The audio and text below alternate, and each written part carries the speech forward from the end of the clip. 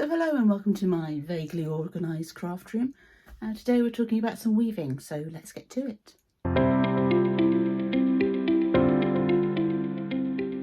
Okay, so for those of you who haven't seen it before, this is my frame loom. This is for tapestry weaving. It has 102 places to put the warp thread. It's 102 ends. I've marked the middle because I'm going to need that for the idea that I've got in mind for the current project. So I have come up with a plan to use up some of the leftover yarn from my what's it called, Sophie's Universe blanket. So I have this dark blue and I have this bright blue, and I've also picked up some of this paint box yarn. I have no idea if I have enough yarn for what I've got in mind, but hopefully hopefully it will. But if I don't, this is at least a commercial yarn, so I don't have any concerns about buying more of it in terms of dye lots and what have you. So this is going to be my background colour. It's approximately the same weight of yarn as the blue, so it should work out quite well.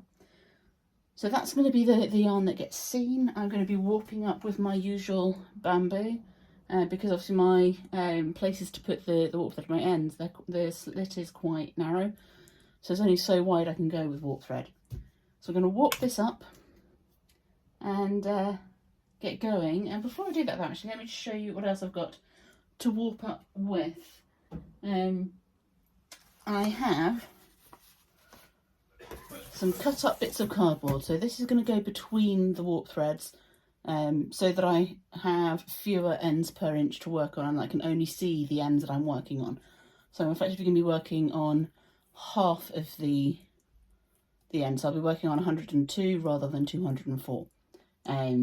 When you put them, because you wrap the warp around my loom to warp it, you end up with twice as many warp threads as you've got slots. So we're working on half of them, a bit further apart because it's chunkier yarn than I ordinarily weave with. I normally weave with fingering weight. So in theory it should go a little bit quicker. We'll see. I also have, to help me set it up, I know it's a bit bendy, but it's cut up in a box, a strip of cardboard that is wider than my loom. I'm going to be weaving that through the warp once it's warped up to give me as straight as I could get it edge to weave against for the first few rows. So that's going to sit at the bottom against the warp threads. So yeah, so that's the first job, is to get warped up and get the cardboard in place. My thinking, I did a bit of charting out on the laptop. Now, I have no idea if I have enough yarn to do what I have in mind. I have no idea if I've got too many rows or not enough rows, because I haven't woven the techniques that I'm planning on weaving before, and I haven't woven with the yarn that I'm using before. So these are my ideas, these are my concepts. They may get adjusted as I weave. Now the idea is to use these for cushion covers. So the first concept that I'm going to be working on is this one, so this striped one. So I've got bands of different techniques in there for me to learn how to do, using the background colour and both blues, so that's going to be fun. I do realise I have a little bit more of the light blue than the dark blue, but I think I'm fairly even in how I've laid out the colours. I can always switch around if I need to. I may need to take some of these stripes out, I may need to extend some of them. I'm going to have to measure as I go, particularly in the first half, to see if I can get the rest of it out. My initial thought had been to weave either two sides the same or two sides related and use them as the front and the back. But my other concept that I have is this bit of tiled gorgeousness, but I don't know if I'm going to have enough yarn to do that. This is using overshot technique and a bit of twill, whereas the other one is using twill, overshot and crowbrad, Scandinavians, I am sorry. this technique. So there's going to be a variety in the striped side. I just want to do the striped side first, because that's going to teach me more skills. I'm going to learn more from doing it. So yeah. So these are my overviews. These are the concepts that I have in mind. Definitely going to have a go at this one. We'll see if I do this one. If I do end up doing these two, I will probably end up backing the cushion with something else. Maybe some reclaimed denim would look quite good for the backing on this t-shirt, or something canvassy. T-shirt cushion, not t-shirt. I'm weaving cushions, not t-shirts. Words. So yeah, so that's the concept, that's the plan. I'm obviously not going to be weaving from this. This is far too small. But I wanted to see the idea that I had in full, so I did chart out the whole thing. But I'm going to be working off much smaller drafts. I don't know if this is how you're meant to do drafts, but this is how I've done it. I've used essentially how I work with knitting patterns to do it. So that's the fancy one, the second one that I will have a go at if I have enough yarn left. So yeah, so I'm going to get this loom woven up, and then we'll get started with some weaving. Okay, so I've now got my loom all warped up. I've just had an easel arrive, so hopefully it's going to help me show you what I'm doing.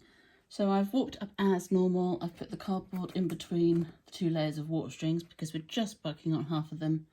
So just this side for the first weaving, and then I'll do another weaving on the back side. I've done a double warp on each of the edges. So for the two warp strings on the edges, hopefully that's going to give me a bit more stability. Hopefully it's going to help me line everything up and keep my tension looking good. I've also woven a bit of cardboard through the warps at the bottom to give me something even to weave against. So I will drop you down in a minute and show you that as I get started. This first weaving that I'm going to be doing, I'm not going to be using all of the warps. I'm only going to be using 100 ends rather than the 102 that I've got here. So I will be doing my best to ignore the very outside edge warp, and hopefully I've worked out how to film effectively with this easel, but we'll see how we go. The first thing I'm going to do is start off with a bit of twining, just to give myself a nice firm, neat and tidy edge.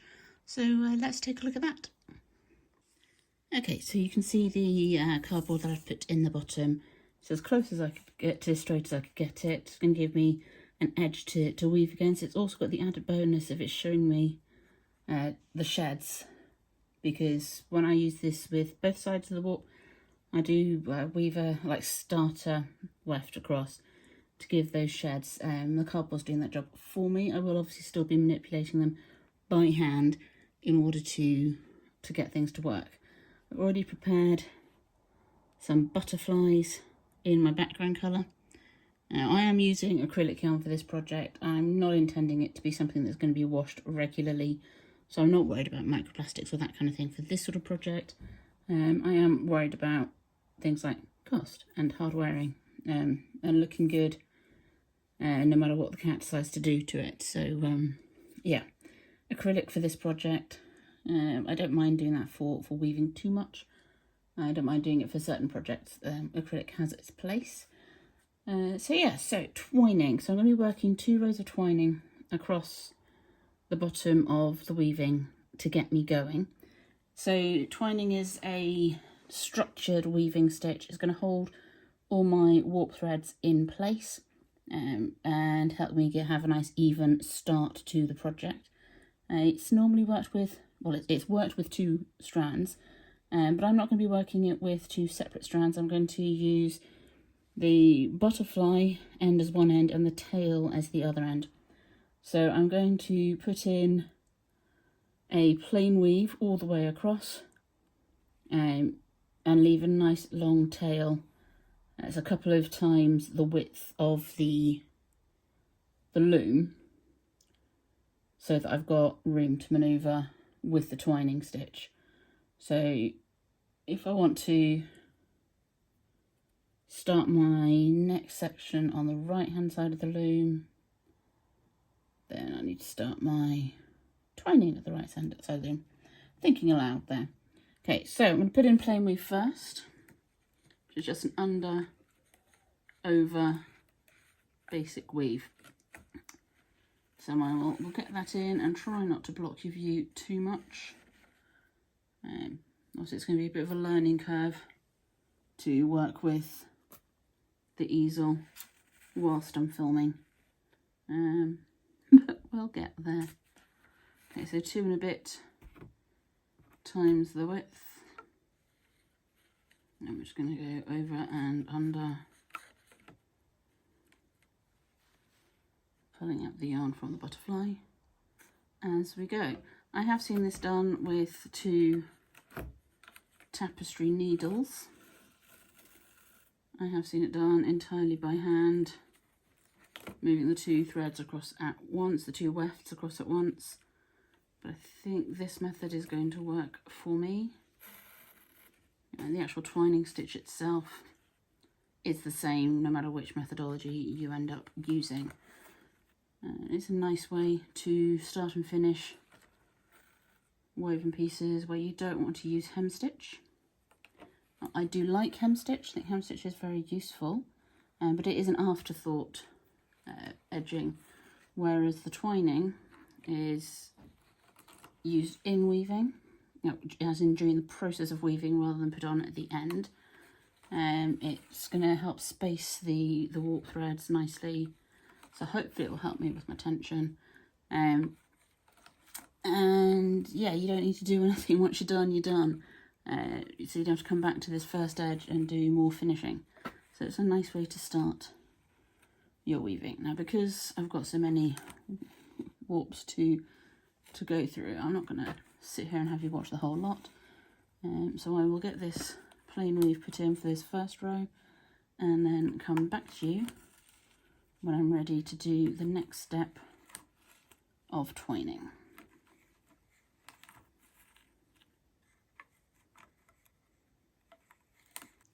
Okay, so my plain weave row is in, and I'm just going to thread the tail end onto this plastic tapestry needle that came with some craft kit at some point. I can't remember when. I don't have any of the nice wooden long tapestry needles that you see people like Spruce and Linen use, because I don't have any. I have one tapestry needle that came with a cheap loom that I had before this one, but it's not good. It's too thick for what it's trying to achieve, so I don't use it particularly for actual weaving. But this will do the job for twining. Now, in order to twine, you're going to be wrapping this plain weave with the second strand. Hopefully you're not picking up too much background noise. It's quite warm today, so we've got the window ajar. So yes, I'm going to be taking this tapestry needle, and where the yarn goes in front of a warp, I'm going to be wrapping the new strand around behind it all the way across. So starting at this end, ignoring that first warp because we're not using that one, so we went under before, so the next one's over, so that's where we're going to bring the tapestry needle through. I'm going to pull the yarn through and just keep an eye on how those warps are sitting. So maybe we need to adjust the warps as we go just to make sure they're sitting nice and evenly. Then skip the next warp because that's an under, next one it went over. Pull it through. I'm just going to do the same thing all the way across, stopping periodically to just even things out and make sure everything is sitting how we like it, and that all of my warps are nice and evenly spaced.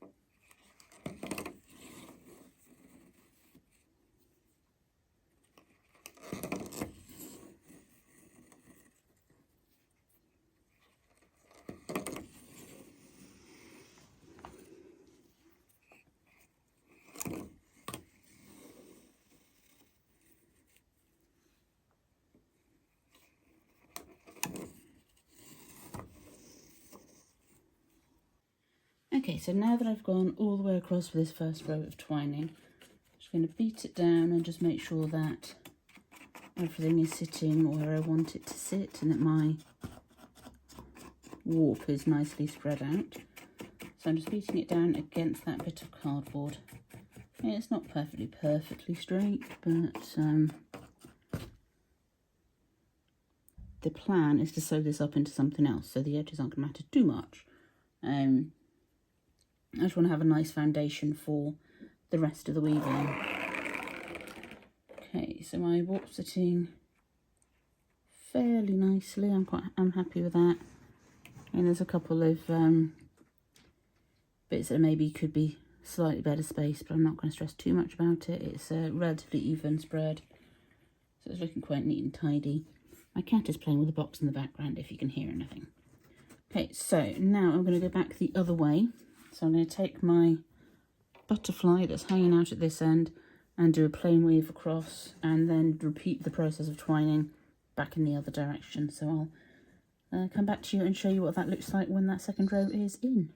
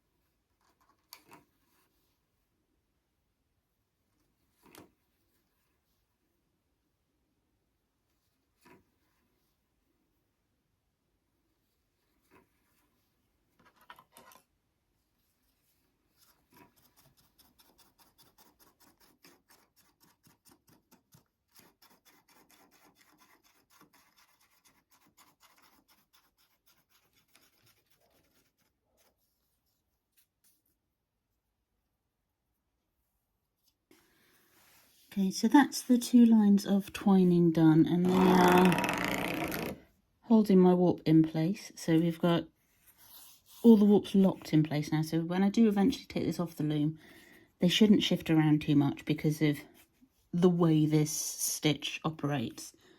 And it's giving me a nice even warp field to start working on for the rest of the pattern. Now, it is getting on a bit now, we're into the evening, so I am going to edit this and get it up for you tomorrow.